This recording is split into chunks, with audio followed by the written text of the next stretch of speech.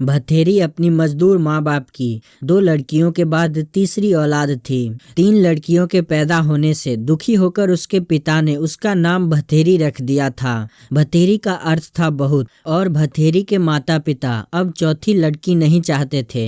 खैर, भथेरी का नाम सार्थक हुआ। उसके बाद एक लड़के का जन्म हुआ, लेकिन भथेरी अब भी एक बोझ ही थी। जब भथेरी 6 वर्ष की हुई तभी उसका बाप मर गया। पिता की मौत के बाद घर में अब उसकी माँ बिमला और दादी रज्जो ही थे, जो इन चारों भाई बहनों का भरण पोषण कर रहे थे।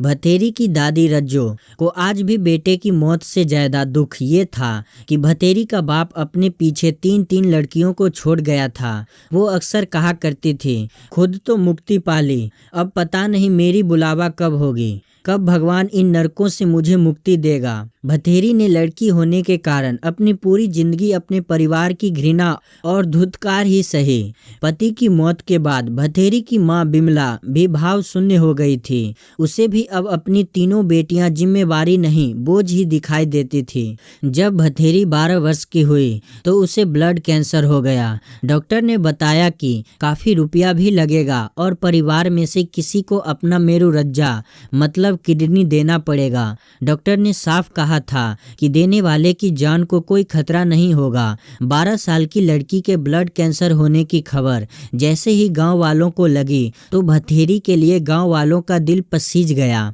घर की माली हालत देख भथेरी के इलाज का पूरा खर्चा गांव वालों ने उठाने का फैसला किया। लेकिन यहाँ समस्या पैसे की नहीं आ रही थी। ग्रामीण समाज आज भी भावनात्मक समाज है। कई व्यक्ति थे जो भथेरी के इलाज के लिए पैसा खर्च करने को तैयार थे, लेकिन इस बोझ के लिए परिवार में कोई भी अपने शरीर का मज्जा देने को तैयार नहीं था। भथेरी के 65 वर्षीय दादी को भी आज अपनी जिंदगी के बचे हुए कुछ वर्ष भथेरी की जिंदगी से ज्यादा कीमती लगे। वो लड़की थी, इसीलिए उसके परिवार के लिए उसकी जिंदगी बोझ थी।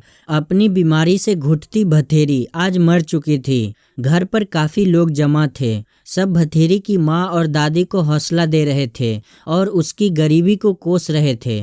आज मृत भथेरी का चेहरा शांत था। उसने अपनी जिंदगी में बस अपने परिवार की धुतकार ही सही थी और बाद में कुछ समय बीमारी की पीड़ा, लेकिन आज वो शांत लग रही थी। क्या इच्छा रही होगी उसकी अंत समय में। एक बार उसे कहते सुना था, माँ आदमी मरने के बाद अलग अलग रूप में जन्म लेवे है, कुत्ता, कीड़ा, चूहा या डांगर मतलब पालतू पशु। माँ मैं तो डांगर या कीड़ा बन जाऊंगी पर आदमी ना बनूं। देखिए, जानवरों को तो पता नहीं होता उनकी औलाद में कौन सा लड़का कौन सी लड़की, आदमियों को पता होता है ये फर्क। लेकिन जिंदगी भर जो घृणा उसने अपने प्रति देखी थी उसे वो जरूर महसूस कर सकती थी। शायद भगवान उसकी अंतिम इच्छा पूरी कर देगा, उसे मानव नहीं पशु योनि में जन्म देगा।